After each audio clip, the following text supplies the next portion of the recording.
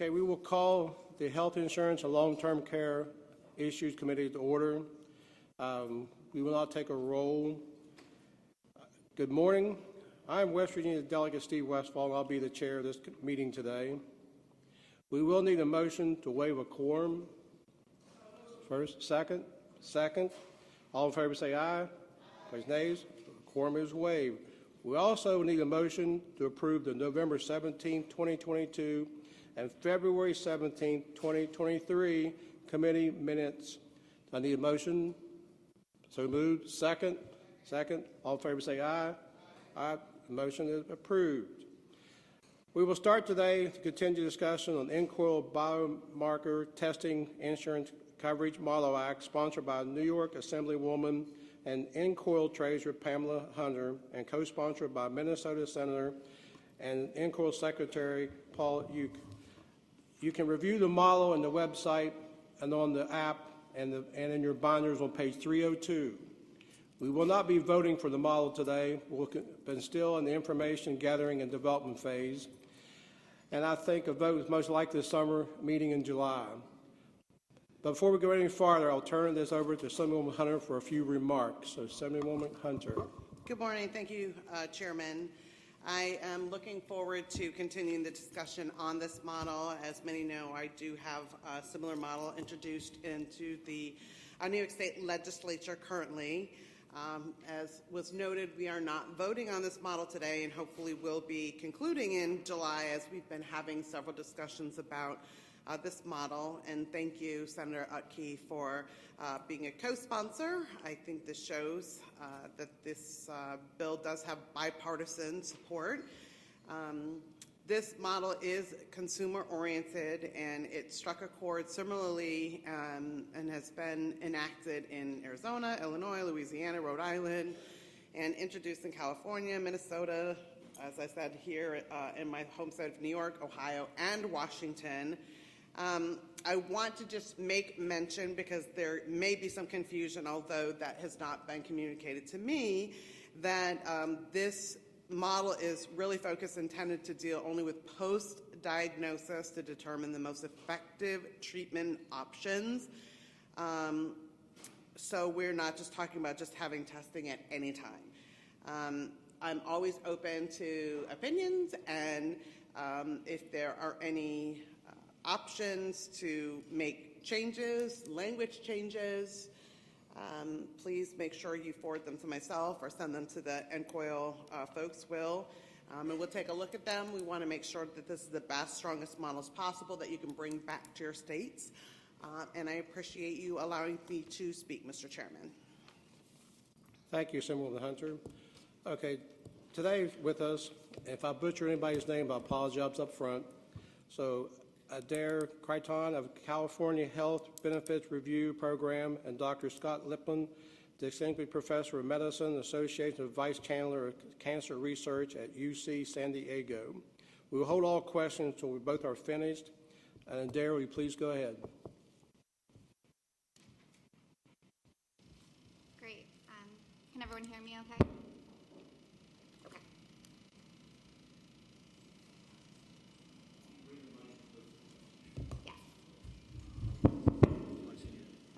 Is this better? Okay. Well, thank you very much, everyone. My name is Adair Citrin. I'm a principal analyst with the California Health Benefits Review Program. And last year, we analyzed California Senate Bill 912, biomarker testing, at the request of the California legislature.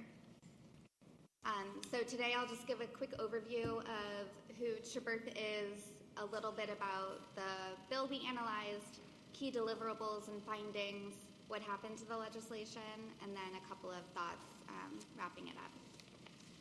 So the California Health Benefits Review Program is an independent analytic resource at the University of California.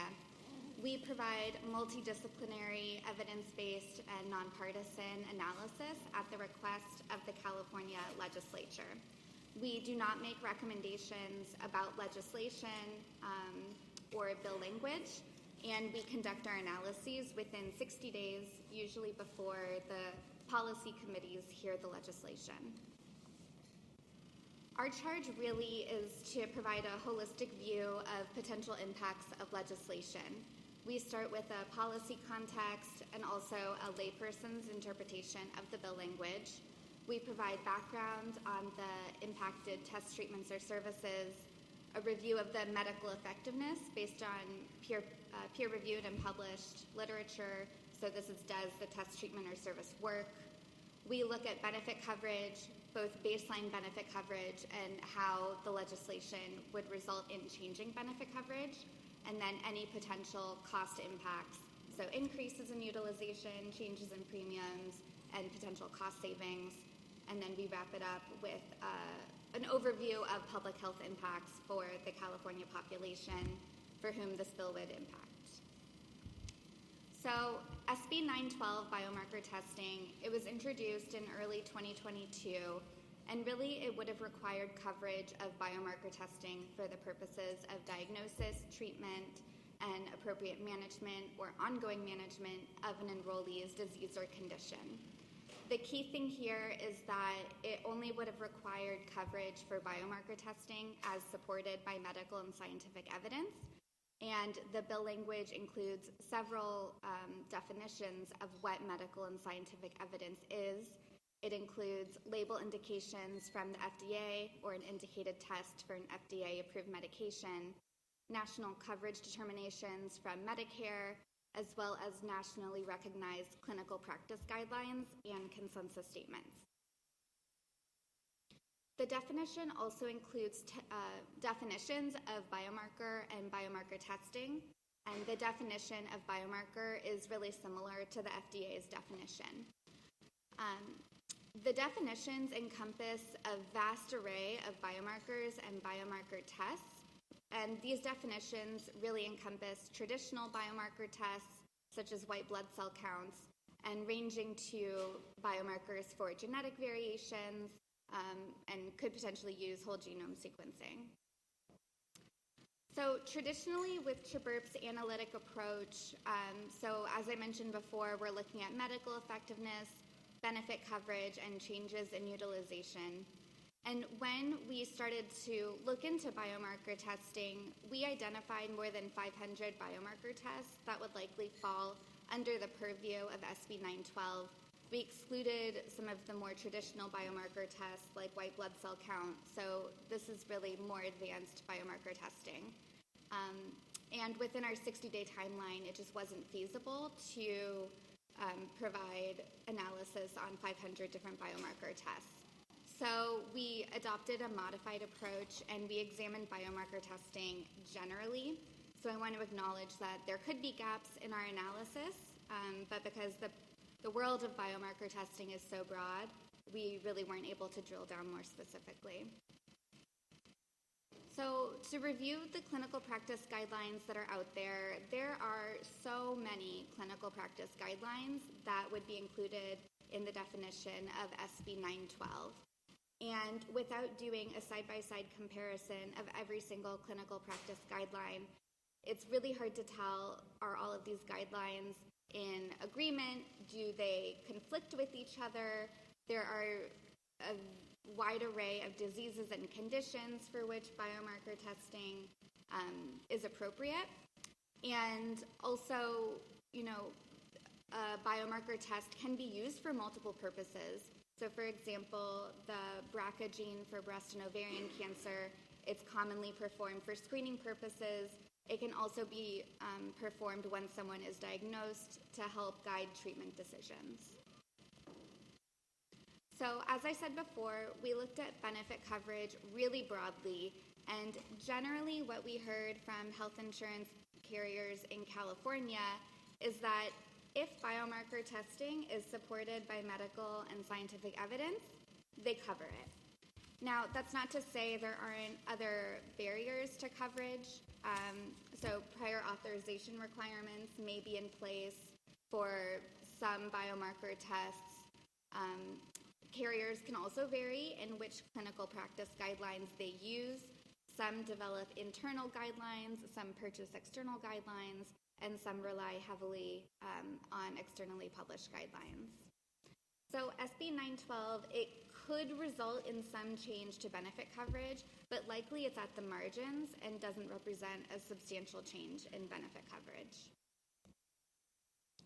When we looked at the utilization of biomarker tests among the 24.5 million Californians whose insurance would be subject to SB 912, more than 300,000 Californians had received biomarker testing.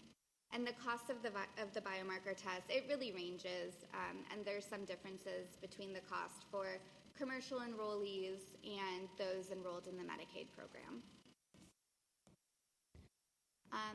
So one case study we did is we looked into medications with biomarker indications. And, the theory is if you use biomarker tests, you can impact healthcare utilization and expenditures. So there has been literature that's found biomarker testing can be cost effective.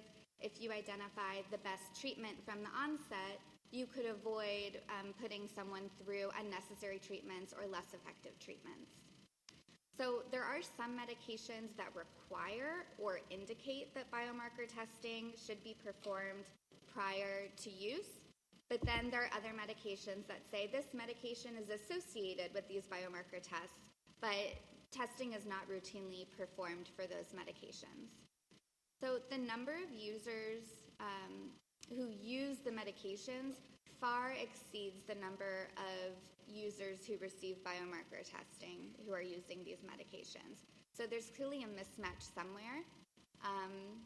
And also just a note about the medications, the cost of the medications really vary depending on whether it's covered under the medical benefit or the pharmacy benefit. And this really has to do with the type of medication, the frequency, and whether the medication is clinician or self-administered. And so the costs of these medications range substantially between about $4,000 annually to almost $150,000 annually. So the biomarker testing landscape it's changing really rapidly.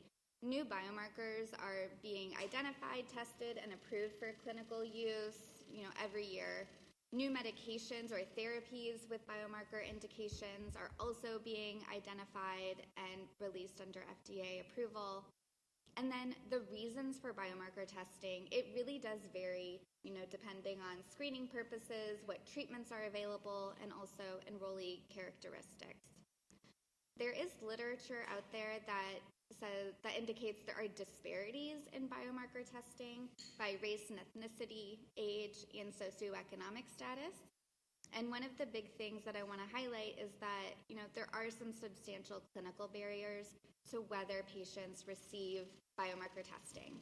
And some of these barriers include clinician familiarity with guidelines and knowledge of best practices, their expertise in genomic testing, and then access to multidisciplinary teams. So SB 912, it was vetoed by Governor Newsom at the end of 2022, and his veto note was that the guidelines may conflict with each other and conflict with existing guidelines put out by the federal Medicaid program. A new bill was just introduced in 2023 in California, Senate Bill 946. The bill language was very similar to SB 912, and this bill will likely be heard by the Senate Committee on Health in April of this year. So just a couple of final thoughts. So, evidence-based analysis of really broad legislation like this is challenging within a short period of time. We were able to provide some helpful information to the legislature, and it did help craft the conversations in California. The reference in the legislation to multiple forms of clinical guidelines, it can result in conflicting requirements, and broad guideline requirements like this are also a challenge for regulators to implement and confirm compliance with the legislation. And then, something you all know, I'm sure, is that some Californians have insurance that's not subject to state regulation. So even if this bill were to pass, there's still a subset of Californians for whom these requirements would not apply. And thank you very much. My contact information is here. The analysis we did on behalf of the California legislature is available on our website as well. And yeah, happy to take questions after Dr. Lippman. Okay, thank you. Okay, Dr. Lippman. Okay. Well, thank you for this wonderful opportunity to present the impact and value of biomarker testing. And I'm currently at UCSD, Associate Vice Chancellor for Cancer Research. I will focus the talk on oncology specifically because that's what I do and know best, but certainly as you know, the same issues of biomarker testing exist in other diseases, rare genetic diseases, and certain other diseases that the biology detected by the biomarker of the disease can be targeted by drugs. And the goal in cancer is to make precision medicine relevant for every cancer patient. I just want to mention that I have my potential conflicts of interest.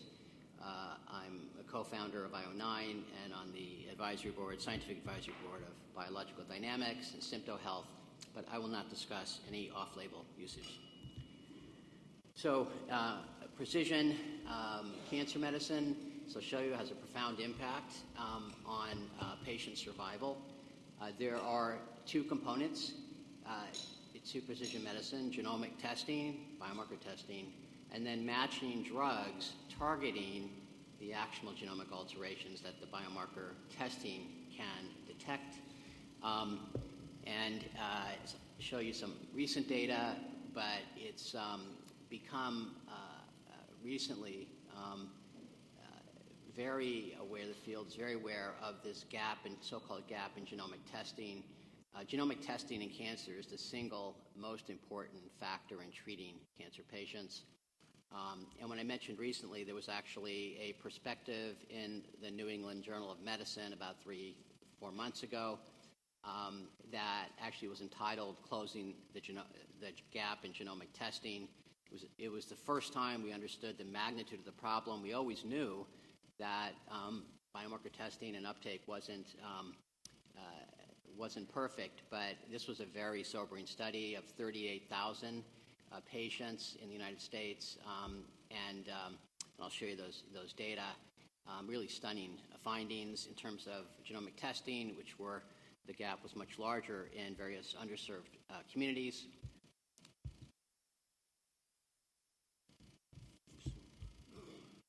So this shows, the impact on survival that I mentioned, and this is a fairly recent paper from the University of Colorado Cancer Center, one of the top centers for lung cancer in the world, and they show the results for lung cancer, which is the number one cause of cancer mortality worldwide and in the United States, about 2.2 million cases a year.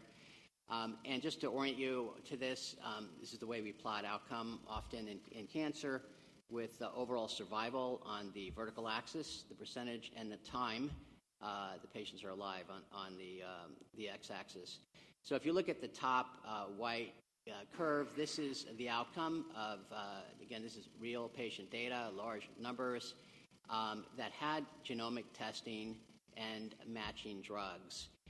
And the red, which I apologize is hard to see, is patients that do not have genomic testing and therefore no matching during the same time period. And you can look at this several ways, but it's really dramatic.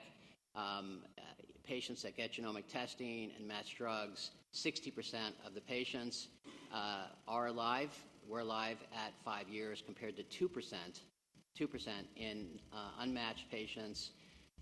There's a lot of ways. The median survival is 9 months in unmatched patients and almost 7 years in matched patients. So this shows the dramatic effect. Lung cancer happens to be the poster child for precision therapy in cancer. 40 to 60% of patients have actionable targets and FDA-approved drugs.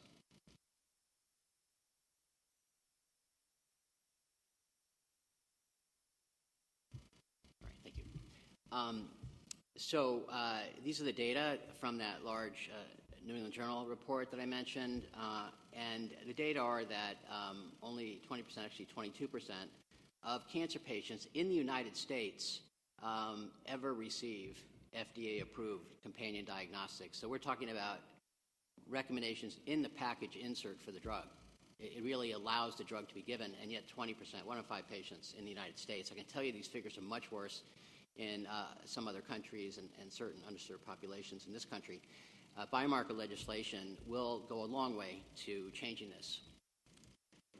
And then I'll just finish with sort of the polar opposite to lung cancer, and that's head and neck cancer. This is what I do, and this is what we're faced in the clinic. I'm a medical oncologist and see head, neck, and lung cancer patients. So as opposed to lung cancer, head and neck cancer, there are no biomarkers to test for. There are no companion diagnostics. There are no actionable targets in this disease. And the treatment for patients with recurrent disease is that virtually 100% of patients will be offered an immunotherapy, immune checkpoint therapy, which has really revolutionized the treatment of solid tumors in the past 5 years or so. But as you see here, in the same way, we have the survival on the vertical axis and months on the horizontal axis. The top curve are the patients that were treated with immunotherapy, and the bottom were not treated with chemotherapy. And you can see this long-term survival in about 10, 11 to 15% of patients. So you're talking about treating every patient, 100% of patients, 15% of whom will have the durable benefit. So this is the opposite. So what we really need here mostly is markers that help narrow down who to treat, so-called resistance biomarkers as opposed to the lung cancer situation I just showed. When you have a situation like this, we're treating 100 patients and 15 benefit. The consequence is profound. There's loss of time in many cases. The median survival may be 3 to 6 months. There's increasing costs and unnecessary toxicities, which can be quite severe. And so there's really a need to develop that. And there is work in this. There's recent work in biomarker testing in head and neck that illustrate the importance of resistance markers, who not to give a certain therapy and give an alternative therapy. And this is the challenge in head and neck cancer. It happens to be in human papillomavirus negative head and neck cancer, which is the most frequent head and neck cancer worldwide, about 900,000 cases, 300,000 deaths a year. So I mentioned on the left, you can see that the cure rates are about 15%. So on the left, identifying the 85% primary immunotherapy resistance, primary meaning before you treat the patient, ahead of time by these biomarker testing, has huge financial and quality of life and toxicity implications. The classic biomarkers in the bottom left that work for some other diseases do not work and are not FDA-approved companion diagnostics for head and neck cancer. So in just the last slide or two, this is a little busy, but I put it up to make a couple points that biomarker testing, again, this is that head and neck cancer, the one where we have no biomarkers and everyone's treated. Looking for biomarkers and feeling confident and valid is if it relates to the biology of the disease. And in the bottom middle where it says immune, hot, and cold, you may have heard of these terms. These are very commonly used in immunotherapy of all diseases. Immune hot on the left means those little dots get into the tumor. You can see those dots get into the tumor. But on the right, where it says immune cold, this is what it looks like under a microscope. The tumor is invisible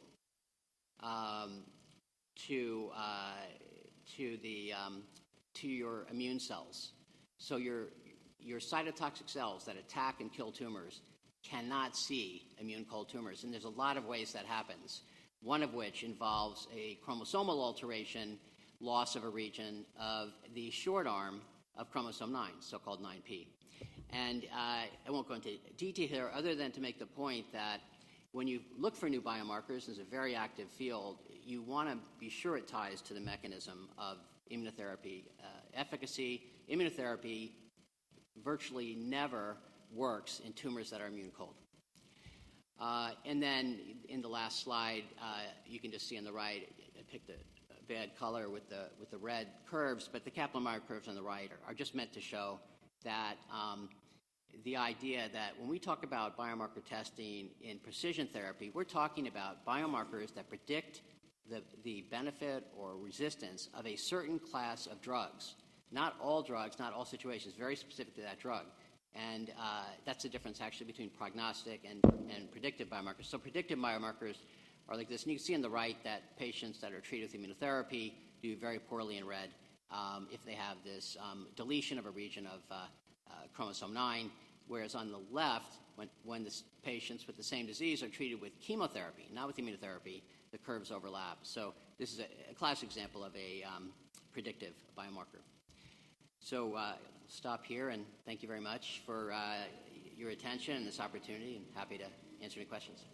Any questions? Yes. Thank you, Mr. Chairman. Thank you for that information. We heard from the very beginning from the sponsor that this is not intended to be a predictor, but more of a post for treatment. But yet, multiple times you talked about predictive. Why would, what's the reason for not moving this towards predictive? Well, in cancer, this bill is virtually, entirely focused on predictive markers. And what that means is patients who have tumor and they get a biopsy at diagnosis before treatment have these biomarker tests on that tissue, in some cases blood. So it's before treatment, so that can predict outcome. Now there's roles of biomarkers, on treatment to monitor the effects and so on, but the main usage in precision medicine, the definition of precision medicine really is predictive biomarkers. Biomarker tests that will tell you likely whether a patient will likely respond or be resistant to a certain therapy or class of therapies before you treat them. Okay. Thank you. Representative Ferguson? Thank you, Mr. Chairman. I've just heard from patients that sometimes if they begin on the wrong therapy and didn't have biomarker testing, that it's very difficult to get a second line of therapy approved. Is that true with most insurance, or is that just coincidentally people I've talked to? I don't know, it's an interesting point, whether insurance improves that, but I can tell you that if you don't do biomarker testing in the first line, up front, before they're treated, the outcome, and start on some nonspecific therapy and try to make it up later, patients do not do as well. And there's actually a lot of work. Guardant Health with patient advocacy groups started a campaign in 2020 called Stop, Wait, Test, to have people, people with cancer, anyone with cancer is anxious to get going, but to wait and get the biomarker testing first, because if you wait until you start something else and then try to test markers, patients don't do as well. May I ask a follow-up? Yes. Are we gradually phasing out chemotherapy? Is the standard of care becoming immunotherapy for most cancers, or? Yeah, of course, I don't know for sure, but I strongly believe that chemotherapy will continue to be a backbone of therapy going forward, and that immunotherapy and targeted therapies will, add to that. But it's complicated. Immunotherapy is extremely complicated, and we don't really understand the kind of effects. We've done trials, people have done trials in the field, where adding chemotherapy to immunotherapy is worse than immunotherapy alone, and then we've seen where it's better. So I think it will have a key role as well, but I think chemotherapy is going to also have a role. And just to mention, we use chemotherapy broadly, but certain drugs like platinum salts, which have been used for 50 years as a backbone, we now have new genomic tests for ovarian and breast cancer that actually help you personalize platinum therapy. So, I think, it's one of my concerns is that we sort of lump everything to chemotherapy, but they're clearly different types, and some of our so-called chemotherapy can actually be targeted to certain genomic events, and BRCA1/2 is an example, homologous recombination deficiency, Myriad and Foundation Medicine have a test. So I think even, although platinum's been around, we've only realized recently in the past few years that actually there are predictive genomic markers, biomarkers that help us decide whether to give platinum. But again, that doesn't apply to other types of chemotherapy. Okay. Senator Mills? Thank you. And it sounds as though biomarker testing should be done immediately after a diagnosis. How available is biomarker testing around the country? I come from Louisiana, so sometimes we're the last to know and the last to have. Yeah, I mean, you bring up a very key issue. You know, we're focused on reimbursement because we believe that that is an important factor on whether biomarkers testing is done. But there are other issues. There's this field, as was mentioned, is moving so quickly. So there's really an issue of education for patients, families, and doctors, you know, particularly in the community, and also being more efficient with the way we do biomarker testing. In some cases, for instance, the actual testing of a biomarker can take a number of weeks, and in certain patients, you can't wait that long. I mean, a classic example is a study in pancreatic cancer, which is sort of, again, the prototype of the most refractory aggressive human cancer, that actually used this genomic marker, the homologous recombination deficiency, with platinum combination, and showed it was very effective. But they concluded, this is Sloan Kettering, that it wasn't feasible or ethical clinically because it took 3 to 6 weeks to get the test, and the survival in pancreatic cancer happens to be 3 to 6 months.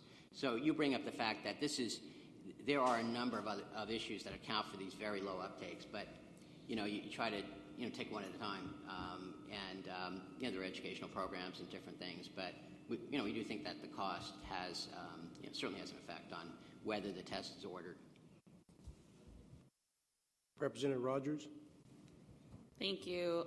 Yeah, the analogy I would use is, using a sledgehammer instead of a screwdriver to fix a problem. So customized medicine is the way of the future, and I appreciate the presentation. My question is for the legislation. Can you talk a little bit more about the conflict that arose with Medicaid, and do you think it might be beneficial in other states looking to adopt this to possibly have 2 bills, break it into 2 bills, and have one Medicaid specific and one that's for commercial insurance? Thank you. It's a good question. One of the challenges with Medicaid is it really is a state-federal partnership, and so CMS doesn't usually make coverage determinations at the federal level other than broad sweeping brushes. You could break it up. I don't know that it would improve the legislation because you still have the conflict of clinical practice guidelines even within the commercial sphere. As we heard, there's really good evidence in cancer, but if you move outside of cancer, there are less well-known sources at the national level, and CCN is really well-known, really well-respected. But are there other associations that have a really comprehensive set of clinical practice guidelines for biomarker testing? No. That's one of the biggest issues. And I don't know if doing 2 bills would have increased the chance of the SB 912 anyway passing. I don't know. I was actually asked to testify at the California Senate on SB 912, and it was approved unanimously, and also through the Assembly, I believe. So we were very surprised when it was vetoed, and I got a ton of calls and emails, what happened, and I had no idea. I can tell you what I heard, but it was certainly really surprising to hear that. I don't think it'll solve all the problems, as was just mentioned, but I do think that it will make an impact. Okay, to move along, Senator Hunter, do you want any closing remarks? Sure, thank you. I appreciate everyone's comments, and I think that, Doctor, your slide was very poignant, the 60% and the slope of the folks who did not get this biomarker testing. I do hope that when we get to July and we get some more information from any persons out there who, has questions or concerns to bring that forward. But I do think that as we are having conversations about preventative medicine, that there's a lot of research and development going on. This is what is going to be, helping us in the healthcare industry going forward. And we need to just, make sure as we're bringing these bills in all of the states, make sure that all of our constituents have equal access. And I hear you from Louisiana talking about how, it shouldn't be only the wealthy. It shouldn't be only a very small percentage. And hopefully, introducing and enacting bills like this, it will be broader so that more people who are affected by cancer and any other diagnosed issues, that they will be able to get the expansive kind of comprehensive health care that they deserve. So thank you, Mr. Chairman, and I look forward to this being voted on in our July meeting. Thank you. As Senator Hunter noted, this will probably be voted on in July. So if anybody has any more information on the topic, bring it to Senator Hunter and myself or NCOIL staff. We'll probably vote on in July. Next on the agenda is introduction and discussion of the NCOIL Medical Loss Ratio of Dental Health Care Services Plan Model Act. That's a model act I'm sponsoring. You can view the model act on the website or on the binder on page 305. As you may know, I am sponsoring a near identical piece of legislation in the home state of West Virginia. I've decided to hold on to this bill. We ended our session last night to see what NCOIL comes up with. I'm a pretty strong believer what NCOIL comes up with is a pretty good idea. So I'm still committed to the issue and looking forward to work with everybody on the Model Act. Similar to Senator Hunter on her Model Act, I'm certainly open to any remarks or comments about the act. In fact, the bill in West Virginia looks a lot different than first introduced. We've changed it a couple times. There will not be any vote on the Model Act today. We'll hear from our list of speakers and determine the best procedure to determine developing the NCOIL Model Act. We're holding questions until everyone is finished. We'll start with Chad Olson of the American Dental Association. So Chad, if you would. Yes, thank you. Thank you, Chairman. My name again is Chad Olson. I'm the Director of State Government Affairs at the American Dental Association, and it's a pleasure to be here today to talk with you about the medical loss ratios for dental health care services plans. Model Act, it's a mouthful, but this is dentistry, so that's appropriate. I'm joined here today by Dr. Robert Hanlon down at the other end, who will give the patient-provider perspective on this issue. We have another doctor in the house, Dr. Marinon. He is an oral maxillofacial surgeon, so he sees plans, both the major med that has an MLR and dental plans. I could speak about that maybe after in the lobby. The proposed act's purpose is to ensure commercial dental coverage offers good value to dental patients. So a medical loss ratio, or an MLR, is the percentage of insurance premiums that is spent on actual patient care rather than on overhead costs like executive salaries and administration. The model legislation does three things. First, it adds transparency to dental insurance by requiring carriers to report their MLR annually to the state insurance commissioner.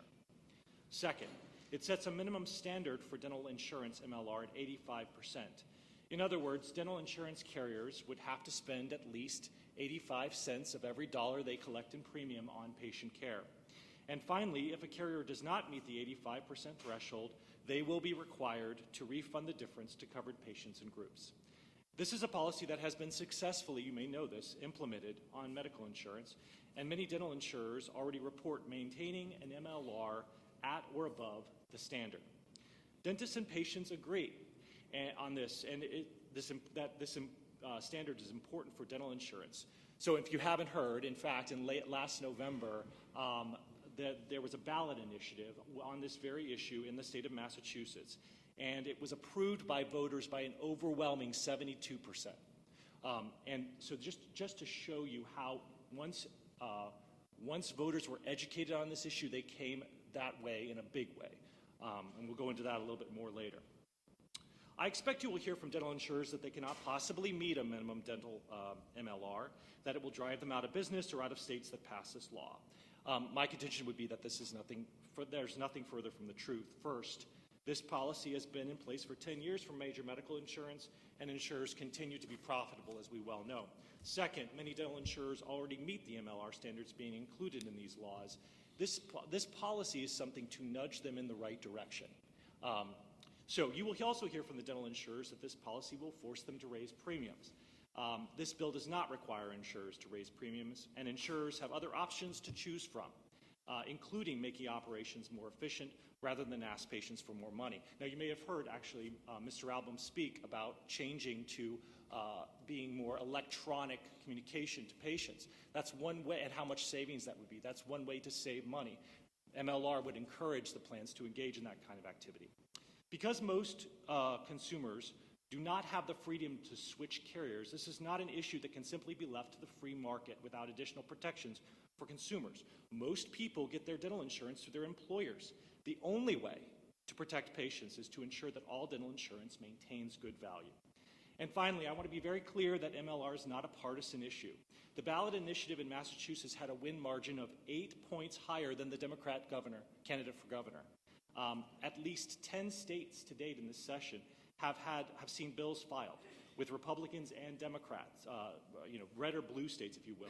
Arizona, New Hampshire, Oklahoma, Connecticut have all seen bills filed in this.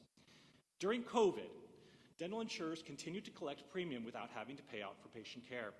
Major medical plans around the country had to provide rebates for customers. This was not so for dental plans. Having an MLR statute in place would ensure patients with dental plans have true assurance that they are receiving value for their dollars. So let me give you an example of how MLR can have a positive effect on the access to care side. According to the National Association of Dental Plans' own data, roughly 50% of dental plan subscribers don't go to the dentist for routine care in a calendar year. Establishment of an MLR will incentivize the plans to encourage their subscribers to get the care they need. More subscribers going to the dentist means the plans are better able to meet this percentage, this MLR percentage. And what's the result? Patients end up with better oral health. That's just one outcome. I want to thank you for inviting me and Delegate Westphal for sponsoring this bill, for inviting me to testify today, and for your consideration of this model legislation. I look forward to answering any questions. Thank you so much. Dr. Hanlon? Thank you. My name is Dr. Bob Hanlon. I'm a practicing endodontist. For those of you who don't know, that means I'm a root canal specialist. I've been providing dental care in Escondido, California, for the past 25 years. Prior to that, I was a general dentist in the United States Navy for 10 years. And I've seen firsthand for years the negative effects on my patients, that a lack of value in dental insurance can have. California has been at the forefront of the MLR discussion for a decade, trying to increase the value that dental plans provide to their enrollees and ensure that patients can get the care that they need. In 2014, California passed the first national dental MLR reporting requirement, and we have 9 years of data on these dental MLRs. There is a wide variation in the MLRs, for some over 85%, to many under 50%, and some shockingly low with MLR percentages in the teens or 20s. What that means is that for every dollar a patient spends on their premiums, 75 cents or more goes to plan profits or overhead, and in some cases, less than 20 cents of that dollar goes toward patient care. This wide range in dental MLRs raises an important question about what value dental plans are providing to patients, especially when you consider that compared to medical insurance, dental plans essentially operate, in a Wild West environment and have much less oversight or regulation than what have been applied to full-service health plans. Dental plans have no standardized benefit, no caps on patient out-of-pocket costs, and lack many of the patient protections that exist with medical insurance. Dental plans cap out a patient's maximum benefit of typically $1,500 to $2,000 annually as a total amount a plan will pay toward a consumer's dental needs in a calendar year. Although premiums have gone up, the average annual dental maximum has not significantly increased since the 1970s. When adjusted for inflation, a $2,000 annual maximum benefit in 1970 would be equivalent to $15,745 in 2023 dollars. There's a reason people think dental care is expensive, and it's based on how little dental insurance actually covers for most patients.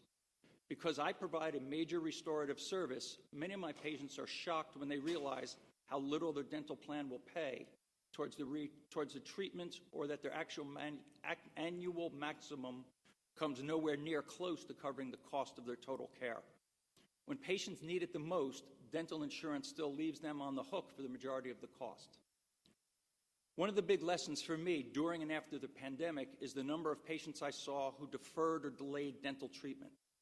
Small to moderate carious lesions that could have been successfully treated with simple restorations were now enlarged to a point, where patients needed a root canal and a crown. Many patients could not absorb these out-of-pocket costs and decided to have the tooth extracted. That's no way to improve their oral health and no way to improve their overall health. I want to say thank you for the opportunity, to come speak with you about the frustrations that both providers and patients, are seeing with dental insurance. I urge your consideration of this model legislation as a medical loss ratio requirement for dental plans is a key element of a comprehensive reform strategy needed to make dental insurance a really meaningful benefit. Thank you. Thank you. Next, we have Jeff Albin.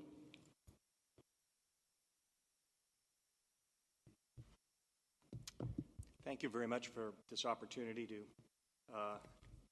explain why my good friend Chad Olson, as good a person as he is just wrong on this issue. I want to begin by thanking you, Delegate Westphal, for delaying the legislation in West Virginia so that this conversation could happen. And what we go forward with is a very informed and educated understanding of what a loss ratio is or isn't specifically for dental, because dental is not medical. It is different in every way, and we're going to do a little 7th grade fractional math to begin to understand why a loss ratio for a low premium product does not provide the assurance, particularly of value, that it might for medical at almost 20 times the cost of dental. And the next 10 minutes of my presentation can be sort of summarized this way. I'm holding here a tape measure and a bottle, and this tape measure absolutely will define how tall this bottle is. It will tell you how wide it is. It's a very trusty, worthwhile metric to measure width and length. What this tape measure does not do is it does not tell you what's in this bottle. This could be wine, this could be water, this could be booze, it could be anything. It doesn't tell you what the quality of the water is in here. There's nothing about this tape measure that gives you the particulate measurements of the purity of the water. And I say all of this because what this tape measure is to this bottle of water is what a dental loss ratio is to a dental plan. And I'm going to explain myself and why that is. It certainly does not measure value, as my colleague Chad opened his conversation with. So let's begin with where medical loss ratios came from. They've not been around for very long. Okay, they were introduced as part of the Affordable Care Act in 2010. They never existed previously. And medical loss ratios were a very small element of a very large and radical restructuring of the entire healthcare marketplace and the way health benefits are provided. The ACA overhauled the entire thing. It took taxpayer dollars, millions and millions of taxpayer dollars, and gave them to low-income Americans so that they could afford to buy a product from a health plan. It completely, and you're not going to read every one of these words, it completely structured and standardized the benefits that health plans offered going forward from 2010. So apples to apples, every plan is offering either a gold, platinum, silver, bronze product in all of these new health exchanges, public health exchanges, one in every state. Some are administered by the federal government, others by the state itself. But in these new places, taxpayer dollars in the millions were created, and millions of Americans who were previously uninsured were now insured thanks to those changes.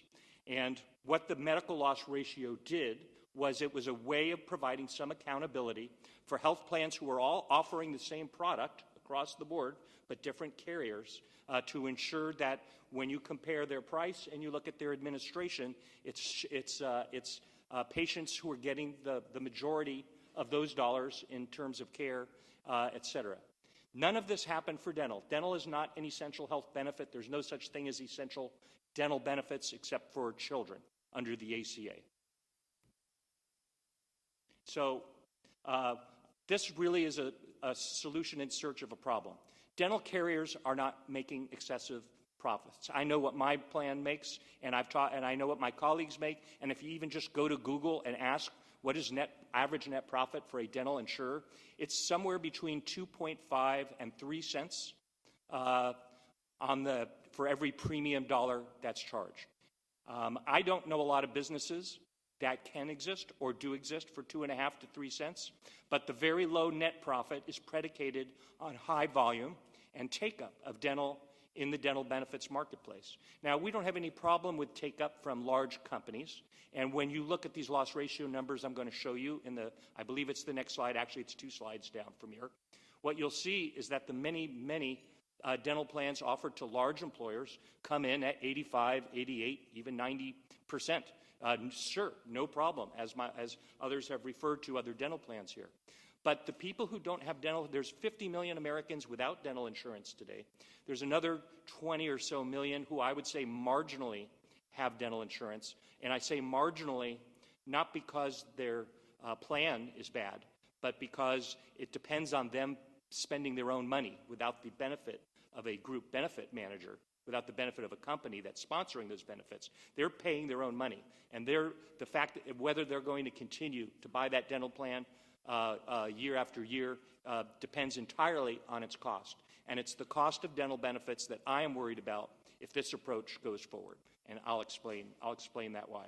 So first of all, let's look at the radical difference between medical and dental plans. Okay, and this has to do with the denominator that's going to be in that loss ratio. A medical plan at $600, some of them are more than $600 a month per person, has about $120 to spend on both profit and administration because its premium, its denominator, is $600.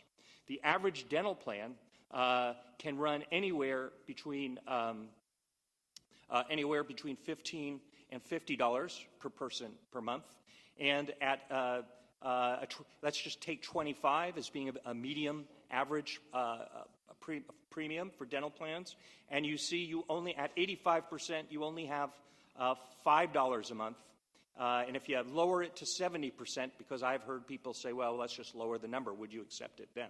Well, you can go all the way down to 70. You've only left the dental plan $7.50 a month to administer the plan.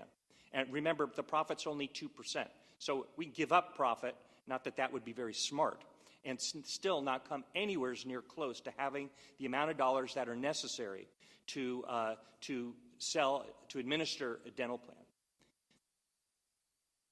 Now, in California, where this idea of setting a minimum loss ratio for dental plans was discussed ad nauseum about 5 years ago, we were agreed to do transparency, and by the way, we still favor transparency on this issue. We agreed to transparency and report our numbers by market segment, because a loss ratio for a large PPO plan is a lot different than a loss ratio for either an individual or small plan or for a DHMO plan in the individual and small group market. And there's a reason for that. The loss ratio does not report the value, A, of a small premium to these people who are marginally insured or have to pay for their own money, and B, it has absolutely no measurement of what the savings are to the patient when they purchase this plan. How much money do they save on dental care, and how much more often are they prompted to visit the dentist as a result of having a low premium product? You are not going to see that here. So again, these are the actual numbers. There is no reason to believe these numbers would be significantly different in any other place of the country. There are a lot of states that don't have DHMO because they're too rural in nature and there aren't enough dentists able to participate in that model.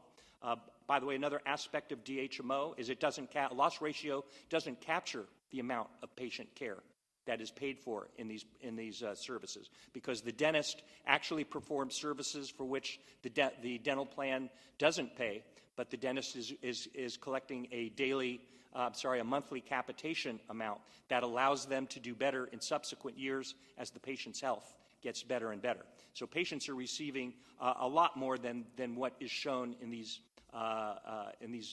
chart. But the model simply doesn't lend itself to being reported on, similar to what I've showed you about the bottled water and the tape measure. I wanted to dissuade the group from this idea that administrative cost is evil in a dental plan.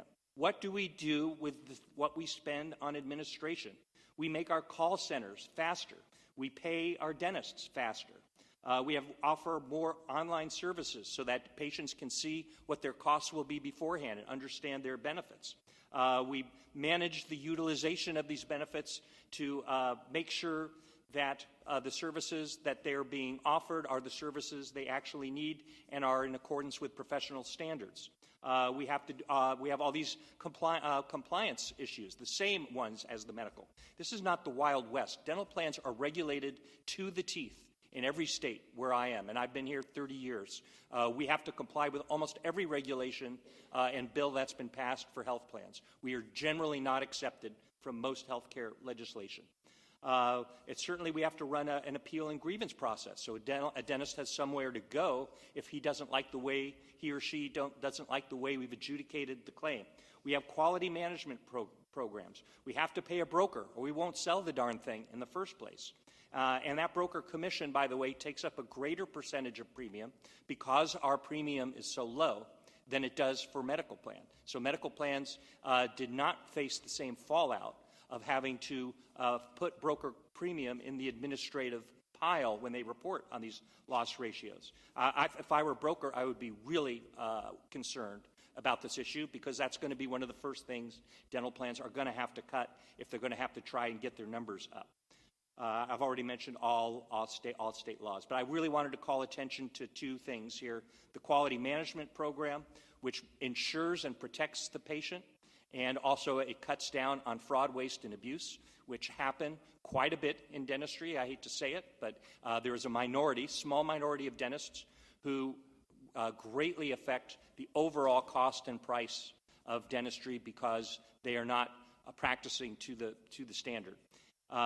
And secondly, the negotiated rates, the work we do to maintain networks of dentists at rates below their normal price, resulting in patient savings. These all add up to greater access to care. Let's take a look. I'm going to go with a low premium product here to show you why a very good product might come in with a dental loss ratio, if you looked at it by itself and not in connection with other higher priced products, why it might come in at a low DLR of only 53%. So the cost of acquisition, marketing, broker commission would be $1.50 out of this $15 monthly premium. The profit is only 50 cents, right? So we're making less profit than brokers are actually making on commission on this particular product. The operations and maintaining the networks is going to cost around $5, and that leaves about $8 that will be spent on claims, which will go into the denominator. So we have a ratio here of 8 to 15. Now, we could go to a higher loss ratio product and take a look at it. It wouldn't be a $15 product. It'd probably be a $50 product. And because the denominator is so large, right, the administration, the cost of operations networks could be twice as much in real dollars, but it will be a smaller percentage as a numerator. And for that reason, you have a more expensive product that spends more on administration that comes in at a higher DLR than this $15 product. Just a quick word about rebating. Because we're dealing with such a low denominator, premiums that can be $12, $15, $20 per person per month. For some plans that are marginally under the loss ratio, whether it's 80 or 70, I don't care what number you pick, we're going to end up with rebates of 32 cents or other very small numbers. And by the way, the cost of an envelope, printing, paper, and postage, this does not include the cost of time and paying people to calculate all this stuff and to execute the rebating. But just the paper and postage is $1.27. That's self-defeating, and what we're going to end up, and it just drives up the cost of administration further. So the act of rebating drives your loss ratio lower, again, because we're dealing with premiums that are so low. I'm not going to spend a lot of time on these two charts. I'm just going to tell you what the point is. When you look, the next two plans are illustrative only, and what they... 2 minutes. Thank you. Appreciate that. What they show you is that a PPO plan for an individual at 58%, these are actual plans we offer in covered California today, can result this product that costs $155 total for the year actually will yield this enrollee savings of $3,200 over the retail cost of care that he could choose to receive. In fact, if they do nothing but see the dentist twice and get their x-rays, they are going to more than double what the cost of the premium was. They get their premium back and plenty more afterwards. Here's a much higher, more expensive plan. It's a higher DLR at 65%. It's a PPO, also offered to individuals. And with the exact same services acquired, this patient is only going to save $2,300, $1,000 less over the retail cost of the dentistry they receive. However, it's still a good plan. If they see the doctor twice, they are still going to get back their premium. And then if there's anything that the dentist finds that needs to be treated, that's going to be savings on top of that. In West Virginia, we ran a scenario. If we had to meet an 80%, and I know the proposal is 85, that seems so absurd. I just had to go with 80, but I would tell you 80 is absurd also. In the West Virginia public exchange, we would have to double the cost of our current basic product from $11 to $23 in order to meet that loss ratio. And this is with zero profit. We've already eliminated the profit in order to hit this number. So the only conclusion you ought to draw from all of those illustrative examples is that dental benefits today are more affordable. They offer more benefits, some of them without an annual maximum, and they're more often selected by people who would otherwise be uninsured. Under a DLR, we're going to have to increase premium and increase benefits beyond what the market is willing to pay, and that's going to result in fewer patients to dentists. Everyone loses. Enrollees, patients, everyone. We're going to consolidate. You're going to be less competition. Plans that don't have large group, right, and specialize in small group, they're going to go away, and there'll be fewer of us out there trying to solve the problem of people without dental insurance. Thank you. Our last speaker is Jill Richard.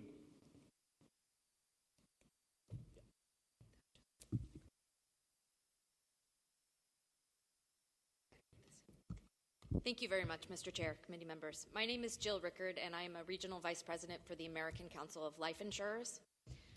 I will keep my comments today very brief, not only because I am one of the last speakers on the last day of a very long conference, but also because ACLI is very much in agreement with Mr. Album's remarks. We would reiterate everything that he has said, but there are some points that are specific to our members who are life insurers who do often offer supplemental products like dental. Our members we have 280 life insurance member companies who offer a wide range of products that protect people through all stages of life. This includes not only life insurance and retirement products, but also paid family and medical leave, long-term care, disability income insurance, as well as supplemental insurance products like dental benefits and vision care. Our members typically include dental benefits as a small but vitally important part of the portfolio of financial products that they make available to employers and individuals.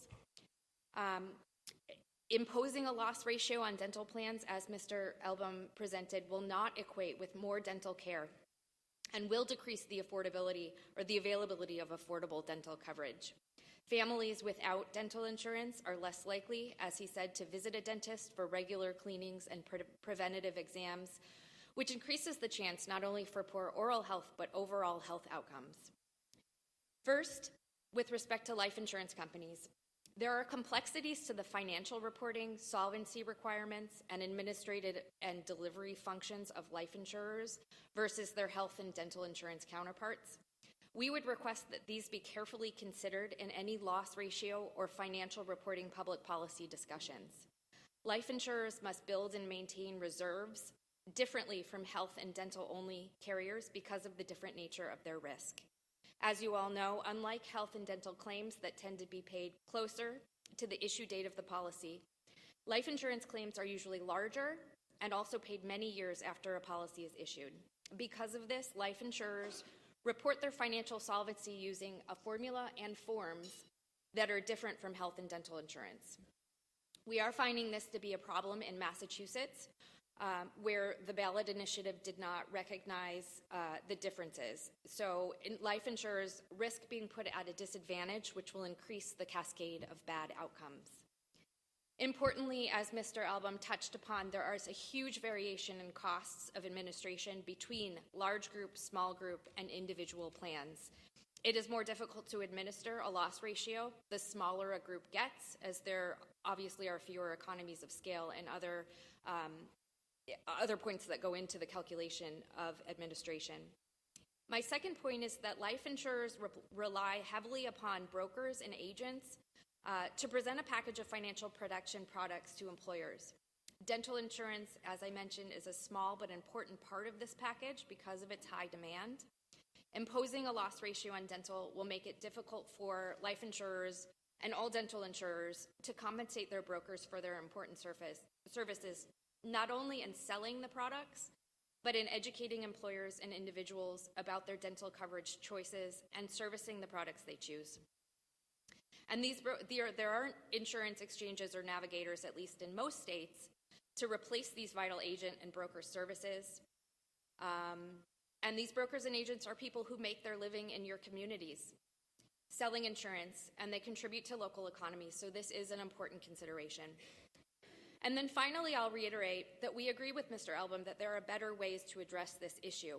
It is premature to oppose a loss ratio, and we would respectfully suggest that a better first step toward effective policy development is to require loss ratio reporting over a period of years, similar to the approach adopted recently in Maine as well as in California.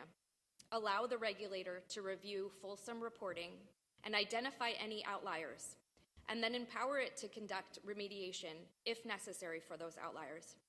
It's important to note that after reviewing the comprehensive reports of the myriad dental benefit carriers offering plans in one of the nation's largest marketplaces over a long period of time, the California Department determined not to recommend a dental loss ratio. Thank you again for your time and the opportunity to present my comments. I'm happy to take any questions. And Delegate Westfall, we look forward to working with you on alternatives in West Virginia and here at NCOIL. Thank you. Do you have any questions?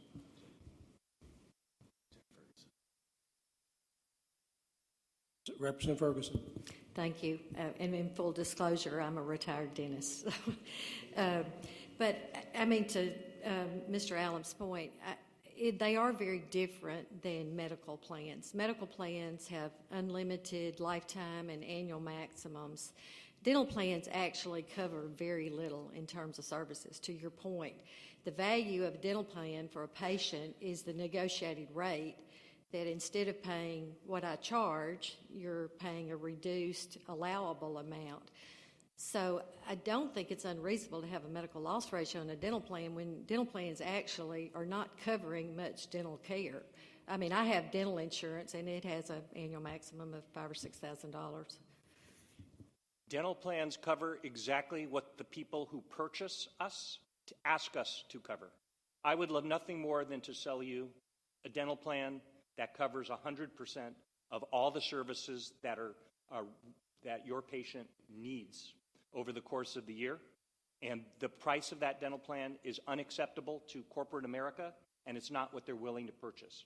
What they are willing to do, and again, it's not the dental plan that is determining this, what they are willing to do is to buy a product that makes the patient more than twice as likely to visit the dentist to receive diagnostic and preventive care at 100% of coverage, and to cover most of their basic services, and then to greatly cut down on the cost of those major services that they need and they might not otherwise get. Right, but I mean, to your point, I mean, some of these small plans, pretty much they just cover having your teeth cleaned and having x-rays and maybe simple fillings. They really don't cover any restorative services. There aren't a lot of dental plans that only cover diagnostic and preventive. California doesn't allow it. Many regulators don't. And that brings up an excellent point that in states all over this country, we're required to file and approve the products that we're selling, what we cover and what we don't, and at what price we're paying it. And we're required to send all of our financial data to the regulator. So in Nevada, for instance, where we have a file and approve products, from time to time a proposed rate increase is rejected because they look at our loss ratio. And they say, no, you didn't really buy enough patient care last year, we're not going to approve. So in effect, there's actually loss ratio thresholds happening in regulatory departments all across the country today. Could I respond as well? So I would, two things. One is the quirk of dental insurance and how it's constructed currently is a quirk of historical inertia. And as Dr. Hanlon pointed out, the annual maximums have not gone up. And that's kind of, I think, what you're getting at as well, Representative Ferguson. So again, in real dollar terms, these plans have got increasingly less value since the 1970s, giving less and less to patients in terms of actually paying for care, and instead really just selling a network discount. I think what a dental loss ratio would do is, as I said in my comments, nudge them in the right direction toward incentivizing them to pay for more patient care, rethinking their plan designs. The 180/50 plan, or so-called 180/50 plan, where a major service is only covered at 50%, and then the patient, even up to the allowable fee, but the patient is responsible for the rest, does not provide a lot of value to a patient that has real severe needs. Okay, we got questions. A few more real quick. Representative Mayfield. Thank you. To the gentleman who just spoke, I agree with you 110%, and that was more where my question was going. Has anybody introduced any legislation that would require that the out-of-pocket expense be either removed or dramatically reduced? Have you seen any legislation? So out-of-pocket expense, so plan designs currently are with a lot of patient cost sharing, certainly. What an MLR would do is sort of nudge in the very direction you're talking about, which would be a reconsideration of major services. As Jeff said, as Mr. Album said, preventive services are usually 100% by these plans, but then it reduces pretty significantly after that. Okay, Representative Lehman. Thank you. The one big concern I have with medical loss ratios is what it has done to the healthcare world. And if you look at it, I mean, I'll just use Indiana as an example. We have, I would call it a duopoly in Indiana between Anthem and United Healthcare. And part of it is I can't be $1 million company and be forced to push 85% of my revenue out the door. I can't be $1 billion company. I have to be, in their case, $180 billion. I have to be, in the United's case, $286 billion. Now 4% profit, 2% profit looks really good to my investors. I understand the medical loss ratio issue. My concern is, do we only create an alternate problem, which is now we push the little guys out because I can't survive with having to push money out the door. So I like the idea of a disclosure so I can see as a consumer what percentage is being used. But if we go to the 85-15, I'm afraid some of those who want to be disruptors in the marketplace won't be able to compete. So I would be happy, I know the American Dental Association would be happy to talk with the plans about solutions to that very problem or issue of concern. And some of them I've actually talked with Delegate Westfall about. Some of them could involve perhaps only a certain number of covered lives for the insurer in the state, and then the implementation of a medical loss ratio for the dental plans. I think there could be a graduated approach or maybe something akin to the Affordable Care Act, where there's a tier between small group and large. I think that there are a number of solutions that could still get to this good reform that would still apply a medical loss ratio. I will tell you that when it comes to the size of plans and profitability, Transparency is excellent, but we haven't seen a lot of change in California in terms of behavior of the plans since the reporting has taken place. And that's why a rebate incents change of behavior, which again is about nudging in the right direction. Thank you. Well, thank everybody for being here on this topic today. We will move forward with this in some fashion. Anybody has any suggestions or information, reach out to me, myself, or the NCOIL staff. We will look forward to it. Next on our agenda is introduction and discussion of the NCOIL Hospital Price Transparency Model Act, sponsored by Texas Representative and NCOIL Vice President Tom Oberson, and co-sponsored by Kentucky Representative and Vice Chair of Committee Rachel Roberts. On the website and the app on your binders on page 308, it's the first draft of the model. We will not be voting on this today, but I'll turn it over to Representative Roberts for some remarks. Thank you, Chairman Westphal. I'm very proud to be one of the co-sponsors on this model alongside my colleague, Representative Oliverson. For those of you that were at our meeting in New Orleans this past November, you may have sat in on the session, Hospital Price Transparency. What is this going to cost me? So we all price compare when we shop for things for our family, and we use that information and the reviews associated to make the best decisions. And that's really what we're driving at here. People want and deserve to know how much a hospital procedure is going to cost them, and it shouldn't be so complex and so vague to find those answers for patients. The model you see before you represents a combination of the laws passed in Texas and Colorado. And as you'll hear from our speakers today, a lot of the state action in this area of policy stems from federal hospital price transparency regulation that hospitals, unfortunately, have been very slow to comply with. So states and NCOIL are stepping up to say to the hospitals that if you don't comply with the federal rule, you'll also be violating state laws that may have more teeth and more ability to help incentivize these businesses to comply. And while hospital compliance has increased slightly over the past several months, it's still a long way, or we still have a long way to go to get to a number that is close to full compliance. I look forward to hearing from our speakers today and then continuing to work on this model with all of you. Thank you, Mr. Chairman. Thank you, Representative Roberts. Okay, with us today is Jonathan Wolfson, Chief Legal Officer and Political Director at the Creton Institute, and Aaron Waskowski,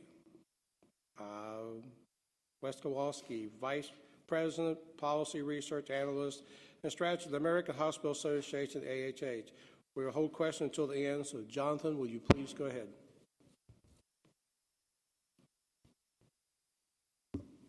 Happy to go. Do y'all have my, there we go, perfect. Thanks for having me. My name is Jonathan Wolfson. I am, as member just mentioned, the Chief Legal Officer and Policy Director at the Cicero Institute, which is a state-focused policy think tank. We're headquartered in Austin, Texas.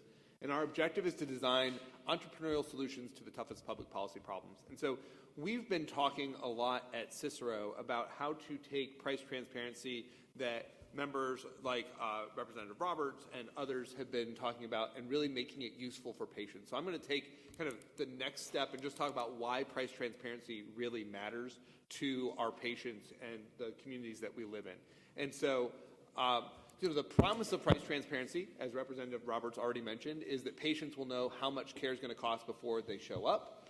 They'll be able to shop for the treatment they want and compare prices, and that doctors can compete on price and quality, just like every other professional, right? Lawyers do this.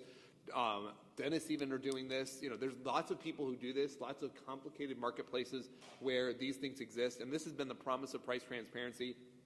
I've been writing about this since the early 2000s when I was in the Bush administration. This has been a conversation people have been having for a long time, but time after time after time, we don't really see the outcome that patients are using these data. And so this is the promise, and we all want to get there, but the problem is that patients often have little incentive to use price transparency information to make healthcare decisions. Now, sometimes there are barriers to price transparency's problems. That is, the information is not available. There are some interesting studies talking about, even though there are federal rules and regulations that require hospitals to post their prices and all this information, they haven't necessarily done so.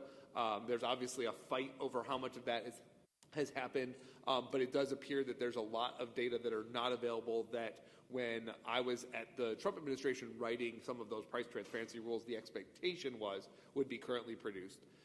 Some of that information is hard to use. Sometimes it exists, but it comes in a really complicated, really large file format. It's not easy for patients to access that information. Sometimes patients just don't know that they have the ability to ask. We haven't built this culture in our country where you can ask. If you go into a law firm, it's not uncommon to say, how much is this going to cost me? Or if you go to the mechanic shop, you're going to ask, how much is this going to cost? But people have been trained over the years to walk into their doctor's office, present their insurance card, and be told, we'll let you know how much this is going to cost and what you owe sometime in the future. Go get your care, and it's all going to work out okay. Only to have those people find out months, even years later, that they've actually got really large expenses. And unfortunately, patients' costs their actual individual out-of-pocket costs for a treatment can vary very little because of insurance. Now, insurance is a wonderful tool, and it really does help patients, but it does hinder price transparency's promise, because if a patient knows that the difference between finding a lower cost option is going to save them $5, even though the insurance company is going to save $5,000, the patient doesn't necessarily have a big incentive to use that information. Often doctors don't have the information of how to use this price transparency information. They've got a really complicated electronic health record in front of them, and they don't necessarily have the ability to say, hey, did you know that if you don't go to CVS for this drug, but if you go to Walgreens, you can actually save $75 on this prescription? A lot of that information is not yet available for doctors. And ultimately, insurance will punish patients who save money if they don't stay inside of networks, because it doesn't get covered. And so even if you know that there is a doctor's office that'll do a knee replacement down the street for $25,000 less than the more expensive facility where you're currently sitting, if you go outside of the network, your insurance company says, congratulations, you owe these full $10,000 for that treatment, whereas if you had gone in-network to a significantly more expensive location, you would be paying less out of your own pocket. So these are all barriers that exist to price transparency's promise in our market. And so at the Cicero Institute, where we think about kind of how do we evaluate these problems and then try to build model policies, and then we have a C4 arm that has lobbyists on the ground in various states, we said what could be done to try to incentivize patients, and especially the highest cost patients, because these are the folks who know at the very beginning of the year that they're going to exceed their out-of-pocket max. I had a secretary when I was in private law practice who was on a couple of injection treatments. She knew no matter what happened, no matter what decisions she made in the year, that the only thing that mattered to her were two numbers: the number of her total premium for the year and her out-of-pocket max, because she was going to pay the full amount of both of those things no matter what happened that year. If her kid broke her arm, that's what she was going to pay. If everybody in her family was totally healthy other than the injection regimen she was on, she was going to have to pay that amount. And so she had no incentive to look for lower cost options. If her kid broke her arm, she could go to the most expensive place in town. Regardless of whether the quality was any better or whether the treatments were any better for her kid, she could go there because her total cost for the year wasn't going to change. Now, sure, there's a possibility that if she found lower cost options and lots of people in our network and in our group made smart decisions, she might see a premium reduction over time. But that was the only possibility of a savings that she could see in the future if she was making wise decisions that we would all talk about. Now, unfortunately, one other piece of information we should all remember is that almost every study that's been done says that higher cost and higher spending healthcare does not usually correlate with better quality care. In almost every study that's been done, it has either been the reverse or it has been found to have absolutely no bearing on the quality. And so if the story was our healthcare expenses are going way up, but we're getting way better care, then maybe none of this matters. Maybe we don't want to incentivize people to shop because maybe they'll shop for lower cost options that save them money but ultimately make them less healthy. But none of the evidence indicates that. And whether you look at the Surgery Center of Oklahoma or other organizations that have gone into business and have said, we're going to be a cash option, and they've provided high quality care, we see that there are opportunities for people, including high cost patients, to find lower cost options.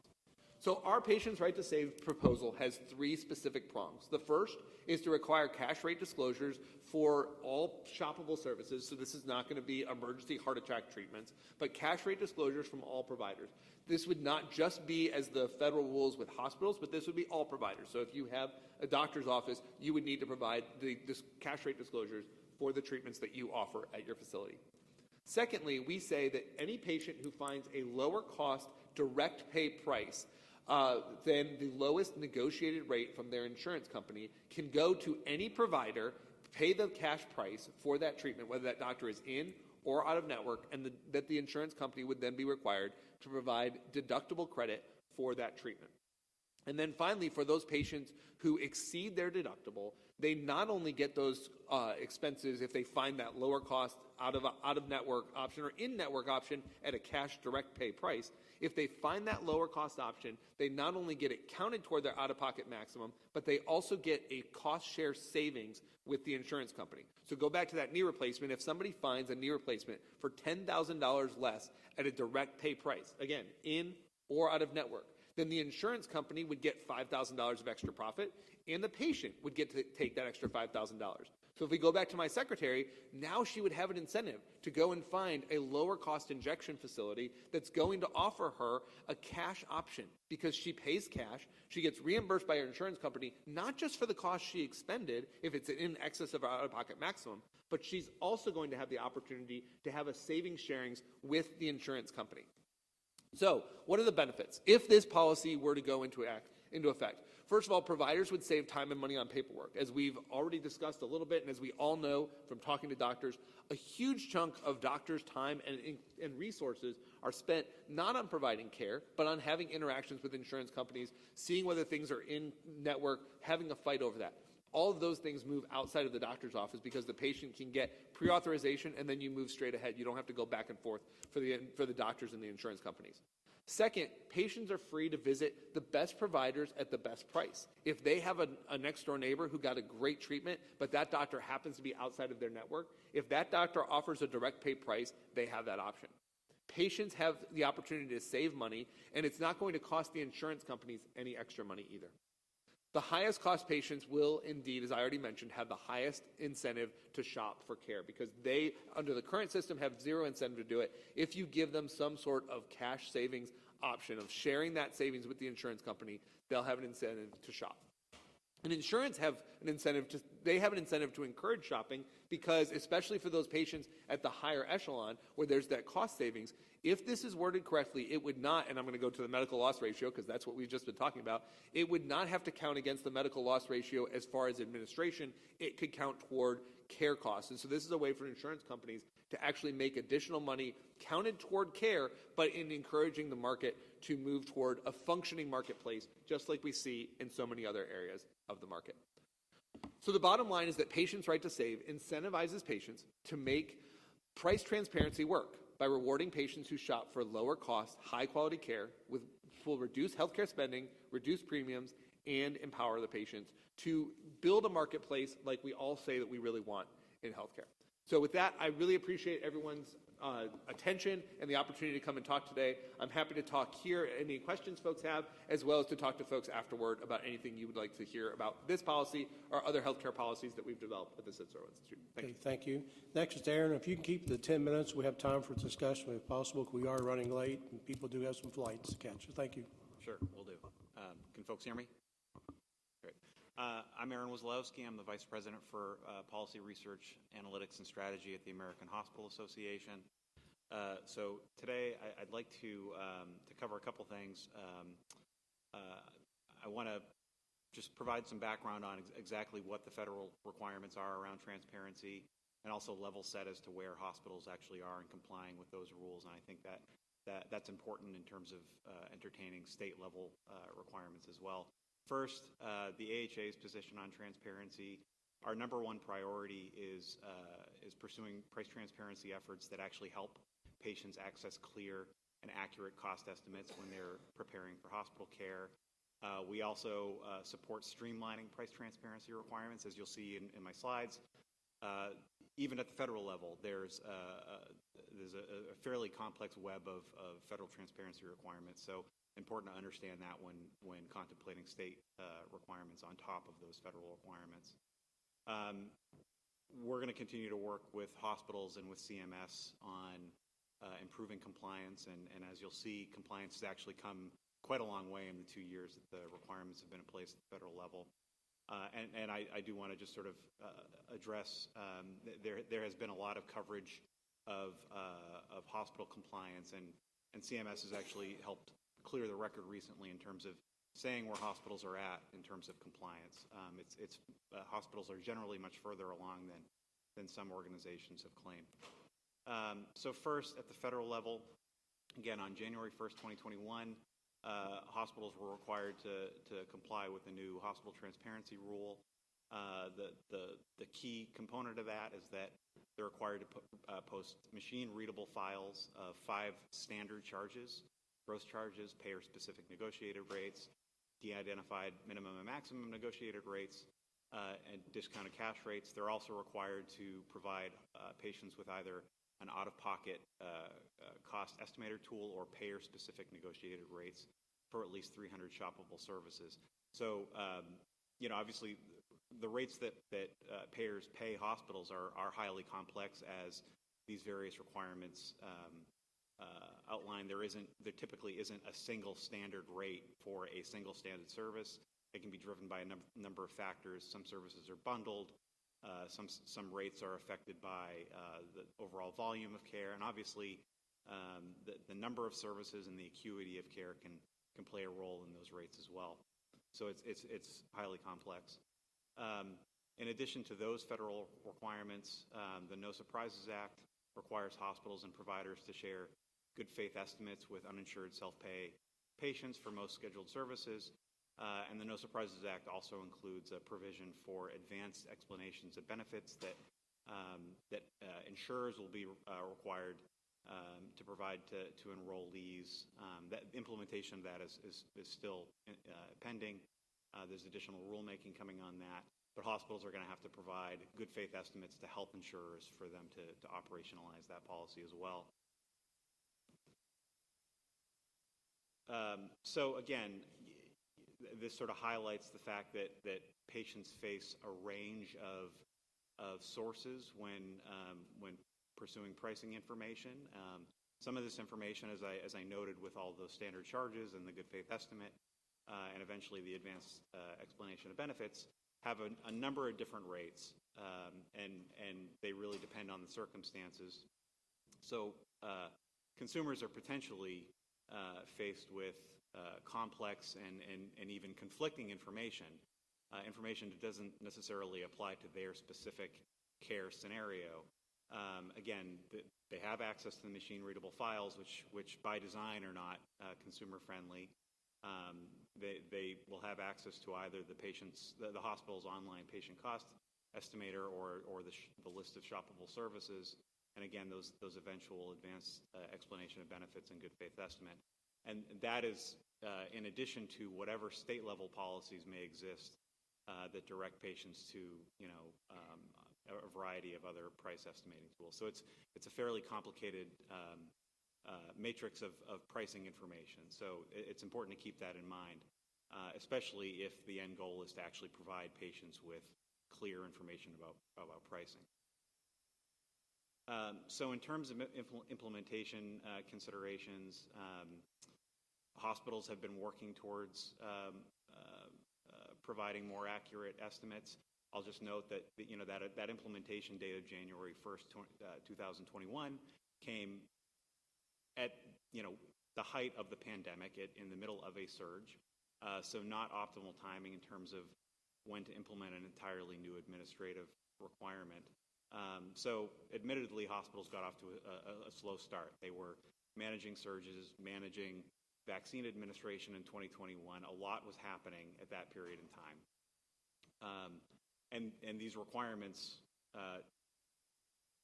require administrative effort and cost to implement. These are fairly complex technology solutions that are pulling from a variety of different sources and putting them on the website. It is not as easy as flipping a switch. So important to acknowledge that. And again, I noted that it's not as simple as just putting a single standalone rate. These rates are highly complex. They are subject to negotiations with health insurers, and they can be applied in a number of different ways depending on the care scenario. I noted the large investments in staff time and resources, and during this period, the last 2 years, CMS has been working with hospitals closely on compliance. They've done a couple of assessments, which I'll talk about in a moment. They've increased their enforcement. They've increased penalties. So CMS has been pretty engaged in, while also acknowledging that that implementation didn't happen at the most ideal time for this requirement. They have been working with hospitals and with the AHA on increasing compliance. So in terms of the actual implementation status, hospitals have come a long way.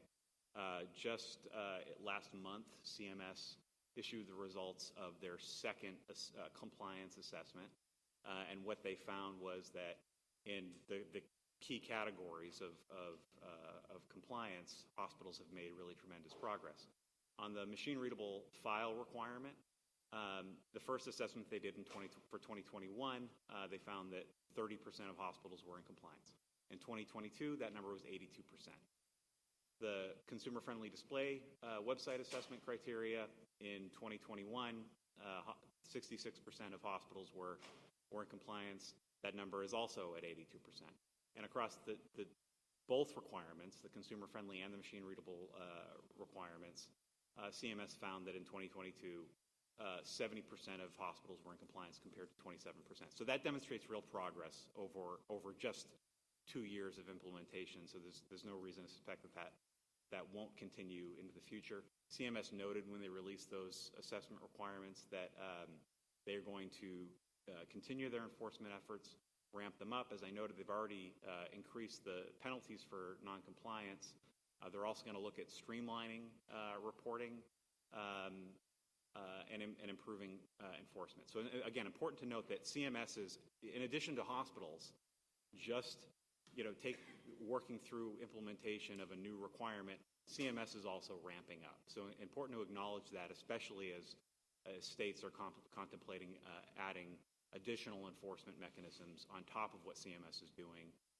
CMS has been engaging in that and ramping that up over time, and it's showing real results. CMS isn't the only organization that's found increased compliance. Turquoise Health is a health tech company that's been seen as a central resource for information about transparency. They mine these transparency files and produce analysis for consumers and for employers to use that information. What they found is that compliance has increased by about 150% or so since the first year. They're seeing 63% of hospitals with posted cash prices, 65% of hospitals with negotiated rates, and 76% of hospitals have posted machine-readable files. They produce a transparency scorecard and determine whether individual hospitals and systems are, compliant, mostly compliant, et cetera, or complete. What they found is that about 80% of hospitals have mostly complete or complete information. So again, the picture is tremendous improvement in terms of compliance. So our recommendations couple minutes.